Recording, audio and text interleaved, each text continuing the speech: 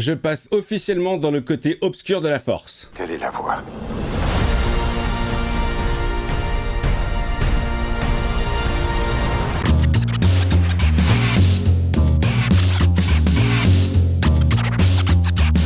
Hey, salut tout le monde, c'est Miko, j'espère que vous êtes en forme, bienvenue dans cette nouvelle vidéo cinéma. Ça faisait un moment que j'étais pas allé au cinéma. Le dernier film en date, je crois que c'était Michael. Hihi. Et donc, je suis allé voir Mandalorian et Grogu, ou je peux les appeler Mandarine et Gros Con. Hein. Film que j'attendais ou pas, oui et non. Star Wars, c'est censé être un événement, mais ça ne l'est plus évidemment depuis le rachat de Disney. Ça aurait pu être un mini-événement, ça ne l'est même pas, c'est un mini non-événement. Pourquoi aller voir ce film sur grand écran? Tout simplement parce que j'ai bien aimé la série. Je trouve que de tout ce qu'a sorti Disney en matière de Star Wars, pour moi, parce qu'on chacun on picore son Star Wars à sa sauce, on y retrouve des choses différentes et on attend des choses différentes de Star Wars. Moi, personnellement, dans la série Mando, j'ai retrouvé tous les éléments qui m'ont fait kiffer quand j'étais gamin, de l'aventure, de l'action, des personnages, des idées, du Star Wars avec un peu d'humour, avec du fun, avec des moments de bravoure. Donc oui, pourquoi pas. Alors quand j'ai vu la bande-annonce, j'avais fait ici même la reaction trailer, il y a un truc qui m'avait un peu sauté aux yeux, c'était déjà le non-gap de la télé au cinéma. Excusez-moi, je transpire un peu parce qu'il commence à faire très très chaud. Même qualité, non cinématographique, qui s'est vérifié du coup. Et puis surtout l'absence d'histoire. C'est-à-dire que dans les bandes annonces, c'est soit on t'en balance beaucoup trop, soit on t'en balance pas assez, mais généralement, t'arrives à dégager un peu l'histoire que va proposer le film. Là, pour la bande annonce de Grogu et Mandalorian, c'était compliqué de comprendre ce que racontait le film. C'était une succession de scènes d'action, pas forcément rattachées les unes aux autres, un package global où en voyant ça, on se disait oui, bon, alors on sera jamais au niveau du Star Wars qu'on a connu à l'époque où tu faisais la queue la veille pour être sûr d'avoir ta place, l'époque où tu disais à ton taf que t'étais malade juste pour pouvoir aller voir Star Wars, une époque bien révolue. Et écoutez les amis, qu'est-ce que j'ai pensé de ce film ? Est-ce que je dois vraiment rentrer dans les détails? Je suis pas sûr. J'ai pas envie de faire le haters.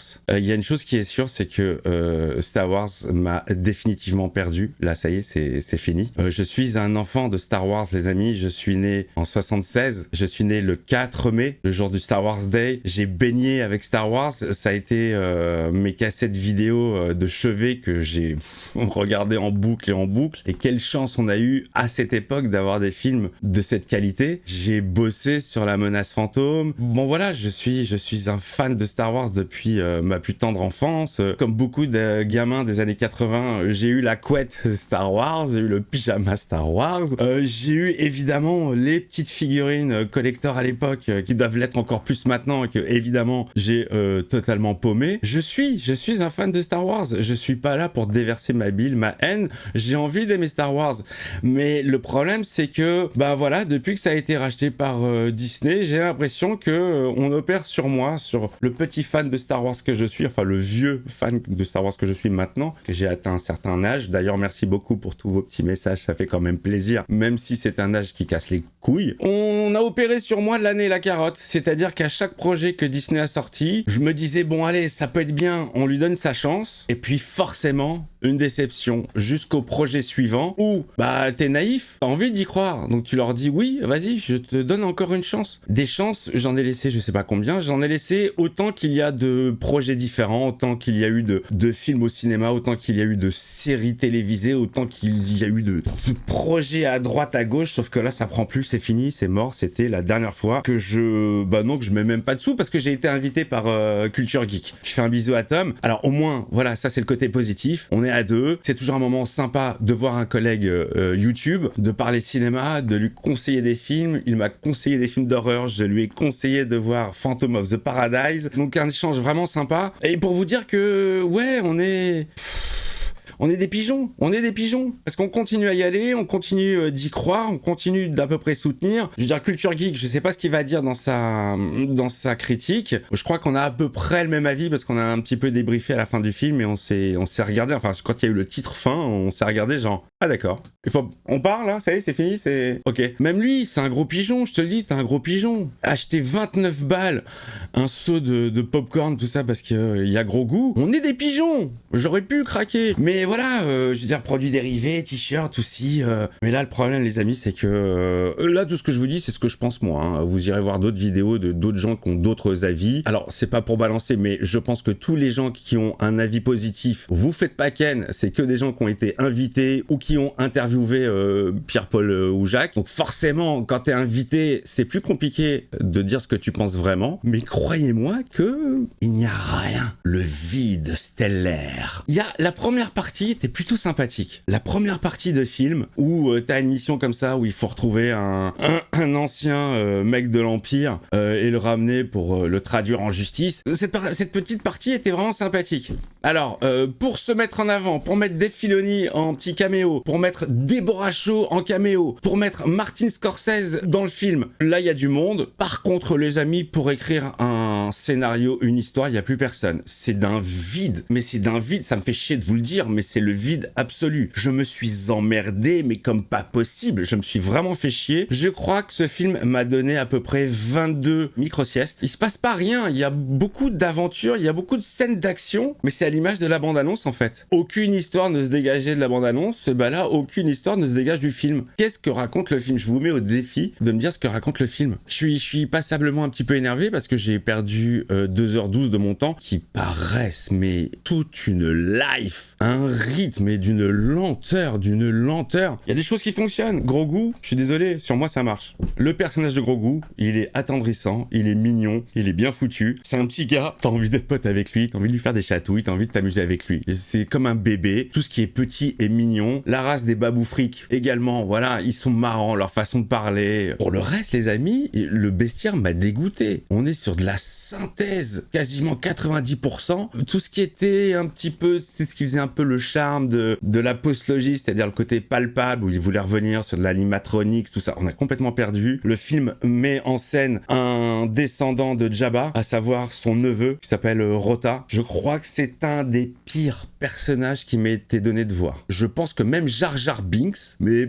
plus sympathique, Missa. Une lourdeur, ce personnage, à raconter 50 fois la même chose. Je ne suis pas comme mon oncle, je veux m'affranchir des huttes, je veux être quelqu'un de libre. Et alors, oubliez l'exotisme des langages extraterrestres. Non, alors tous les extraterrestres parlent anglais, ils ont tous été affublés d'un traducteur universel. Tout ce qui faisait le charme du bestiaire, des extraterrestres tous différents, qui ont tous des langages, ils parlent tous anglais. Ce donc Rota qui fait du MMA, voilà, bon bah Psartek les muscles, Psartek les abdos, Psartek les biceps, tout ce que tu veux, tu sens que voilà, il est musclé comme pas possible. Alors on voit cette race de limaces quoi, de limaces géantes et dégueulasses qui moi m'avait fait flipper. Faut savoir que le Retour du Jedi c'est le premier Star Wars que j'ai vu au cinéma. À l'époque, je devais avoir je sais plus 9 ou 10 ans, j'étais en âge de le voir, c'était pour mon anniversaire. Les deux autres, je les ai vus en cassette vidéo, j'étais malheureusement trop jeune et j'ai encore un souvenir de la vision de Jabba, cette espèce d'immense, en plus vraiment shooté en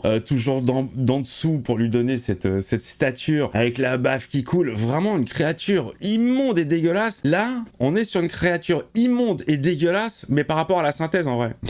Pas par rapport au rendu. Ça m'a beaucoup fait penser au retour de Jabba dans l'édition spéciale de l'épisode 4. Mais pas celle sortie en Blu-ray, celle sortie au début au cinéma puis en DVD. La première version du Jabba qui était dégueulasse, qui était pourrie, qu'ils ont essayé de refaire après, avec une scène qui ne sert à rien, qui fait doublon avec la conversation avec Grido, et qui nous nique complètement la surprise de Jabba, alors que on entendait parler de ce personnage qu'on faisait monter la sauce quand on était petit, du 4, du 5 jusqu'au 6, on le découvre dans le 6, on se dit putain c'est lui Jabba. Bon, cette scène qui ne servait absolument à rien. Là j'ai l'impression que c'est un tour de force technologique. Voilà, on est très fort en technologie, on sait faire des vaisseaux, on sait faire des bastons, on sait faire des personnages qui n'existent pas, on sait faire des lieux qui n'existent pas, on sait faire un film qui n'existe pas, mais malheureusement il n'y a pas d'âme, ça manque d'émotion, il n'y a rien, c'est une coquille vide, il n'y a que des effets spéciaux, et moi le plus important dans un film c'est l'histoire. C'est une histoire servie par des personnages faut qu'il y ait une avancée, faut qu'il y ait un début, un milieu, une fin, il faut qu'il y ait une évolution entre le début et la fin. Là, comme on s'était dit avec Culture Geek, moi j'ai eu l'impression de regarder un jeu vidéo en fait. Alors c'est un jeu vidéo, c'est même pas toi qui y joues, et en plus c'est même pas le jeu vidéo principal, c'est une fois que t'as fini le jeu, à presque 100%, et qui va taper toutes les quêtes un petit peu secondaires et faire des allers-retours, et vas-y, je vais, et je vais. Alors, concernant les planètes, bon, c'est des décors qu'on a déjà vus, revus, des bois, des plages, j'ai l'impression d'être sur Scarif. Bon, le seul truc un petit peu, on va dire, voilà, si je dois dire un petit peu original visuellement, ce serait la forêt dense de la planète des Hutt, qui ressemble comme ça à des espèces de choux-fleurs. C'est tout ce qui m'a paru un petit peu nouveau. Sinon, toutes les bestioles, j'ai trouvé dégueulasses. Il y a toute une phase où il n'y a plus de dialogue, puisque notre ami Mando est un peu KO et tout repose sur Grogu qui ne parle pas. Il fait des cris de bébé, donc on a tout un passage à vide où c'est ultra mou, le rythme est ralenti de ouf. Tu vois, un espèce de pêcheur qui a la gueule de... Je sais pas si c'est la même race que c'est Bulba. Bon, pareil, hein, qui parle en anglais. Tu sais pas pourquoi il est là, enfin, tout est prétexte. Et puis, ça repose exactement sur le même modèle de la série. Ça, c'est le modèle qui m'avait un peu saoulé, malgré le fait que j'aime bien la série. C'était ce modèle de...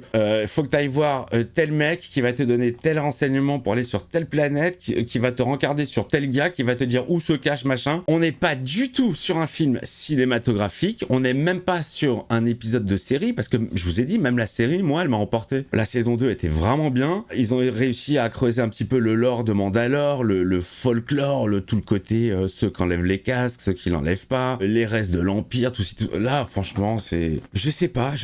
Franchement, je sais pas ce qu'ils font Star Wars, les gars, ils ont de l'or en main et ils en font de la merde en barre. Alors évidemment, tout ce que je vous dis, c'est ce que j'ai pensé moi. On n'est pas en bagarre, on n'est pas, c'est pas un concours de sensations, moi j'ai trouvé le film bien, moi j'ai trouvé pas bien. Vous l'avez trouvé bien, vous l'avez trouvé pas bien, je m'en bats les couilles. En vrai, je vous donne mon avis parce que c'est ma chaîne, que je fais des vidéos, que je vous donne mon avis. Vous le prenez pas. Alors le reste, j'en ai plus rien à foutre. Ils m'ont dégoûté. Écoute maman, c'est une ville de fou, je suis dégoûté. Voilà. Et les lunettes les lunettes sont restées dans la boîte auto est dans la voiture. Hein. Non, vraiment, la Claudie, là, non, le cauchemardesse, alors que j'avais envie d'y croire. J'avais envie un peu de sauver ce qui restait de Star Wars. Mais non, là, franchement, les Obi-Wan, les acolytes, les machins, les trucs mûches. Je vous jure qu'en ayant vu cette merde-là, j'ai presque envie de donner une deuxième chance à la saison 2 de Andor. Je me suis arrêté à l'épisode 2 ou 3, quand ça parlait en boucle de Calkit de Gorman diffusé en Super 8 sur un mur. Calkit Gorman, la Calkit de Gorman. J'ai peut-être même envie de m'y remettre et de lui laisser une chance parce que j'ai lu des trucs qui disaient que c'était vraiment bien et tout, que je pense que c'est une question de temps. Je pense que moi j'ai bien aimé la première saison de Andor. Il y a toutes les vidéos qui sont dispo, mais si vous voyez mes premières séances, il y a plein de vidéos où je pèse parce qu'au niveau du rythme, c'est mal foutu, c'est assez lent. Et plus on se rapprochait de la fin, et plus j'ai kiffé toute la partie dans la prison avec... Suivez le programme. Ça, j'avais bien kiffé, mais pour en arriver là, putain, c'était assez brouillon, je trouve, en termes de rythme. Bon, écoutez, voilà, la musique, j'adore la musique de Ludwig Göransson. Elle m'a pété les couilles. J'en ai rien à foutre. Ils ont essayé de tenter un petit peu d'aller sur de l'électro. Ça marche pas. Il y a rien qui marche. Il y a rien qui a marché sur moi. Sigourney Weaver, tu as Sigourney Weaver dans ton film. La meuf, c'est juste une masterclass et tu lui donnes un rôle. À mon avis, je pense qu'elle a torché toutes ces scènes en une demi-journée. Facile. On n'en fait rien. Alors, Dave Filoni, pour se montrer, alors là, bravo. Hein. Le digne successeur de George Lucas. Vous savez qu'il y a plein de fois où je me mets à la place de George Lucas. Je me dis, putain, qu'est-ce que j'ai fait, quoi? J'ai vendu mon bébé à l'empereur. Ils sont en train de le péter. Je peux rien faire, je peux rien dire. Et la plus grande des hontes, c'est au début du film, quand tu vois le logo Lucasfilm, qui à l'époque résonnait comme avancée technologique, comme... maintenant, c'est synonyme de merde. Alors, cela dit, tu me diffuses ce film-là sur un écran 8K dernier cri à la Fnac, je vois la qualité du truc, ça me donne envie d'acheter l'écran, pas de regarder le film. Ah oui, je sais pas à qui s'adresse ce film. Hein. Les fans de Star Wars, bah non. Les adultes... non, les enfants non plus, parce qu'en fait, ouais, certes, Grogu, il est super mignon, les petits Boba Frick, là, ils sont super mignons. Alors je me disais à un moment donné, tiens, j'aurais pu emmener mes nièces. Mais non, en fait, parce que t'as des créatures qui sont vraiment flippantes pour des enfants, donc tu peux même pas emmener les gosses voir ce film, tu sais pas à qui il s'adresse. Voilà les amis, écoutez, je suis vraiment désolé, en même temps non, je suis pas désolé, je suis toujours sincère dans ce que je vous dis ici, dans les films que je regarde, je vous dis vraiment, ce qui sort des tripes, il y a rien, je me suis fait yesh. Bon, le moment était sympa avec Tom, hein. Pareil, hein. Vous allez pas me dire que Pedro Pascal, il a assuré tout le tournage, hein. Et s'il l'a fait, je pense qu'il a dû se faire chier, mais comme jamais. Je pense très honnêtement que les gens qui ont participé à ce projet se sont fait yesh. Je pense même que c'est l'IA. C'est l'IA du dernier épisode de She-Hulk. C'est l'IA Marvel, le faux Kevin Feige qui a dû générer ce film. Parce que même moi, avec des trucs de l'IA, il y a plus de cœur, je vous jure.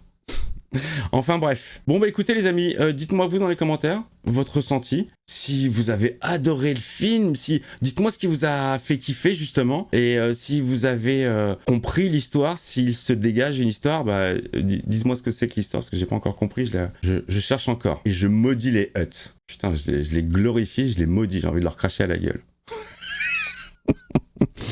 Allez, je vous embrasse. Je pense que c'est pas une question d'âge, c'est pas une question de t'es trop vieux. Moi, je suis encore un gamin à l'intérieur, je vais encore triper sur des trucs. Quand je revois encore les vieux Star Wars, je vous jure, même la menace fantôme, de tous les films, la menace fantôme, c'est celui que j'aime le moins. Enfin, la postlogie, on la met de côté, d'accord ? C'est une parenthèse, c'est un truc de côté. Mais des films de George Lucas, évidemment que la menace fantôme, c'est le plus mou, c'est celui où moi, j'aurais pas fait tout un film avec Anakin à cet âge-là, j'en aurais fait une ellipse de 10, 15, 20 minutes, les 20 premières minutes, puis je l'aurais fait un peu grandir déjà, puis je l'aurais fait vraiment grandir dans le 2, puis je l'aurais fait beaucoup plus grandir dans le 3 pour être plus adulte. Et pourtant, c'est quelqu'un qui a bossé sur la menace fantôme qui vous dit ça, c'est quelqu'un qui a peint les pods de course, qui les a salis, c'est quelqu'un qui a peint toutes les maisons de Tatooine, puisque à cause de ce putain d'ouragan, il a fallu tout reconstruire et tout refaire, parce que tout avait été détruit. Bon, c'est le film que j'aime le moins, et je vous jure que je prends 1000 fois plus de plaisir sur la menace fantôme que sur ce truc-là. Il n'y a pas d'âme,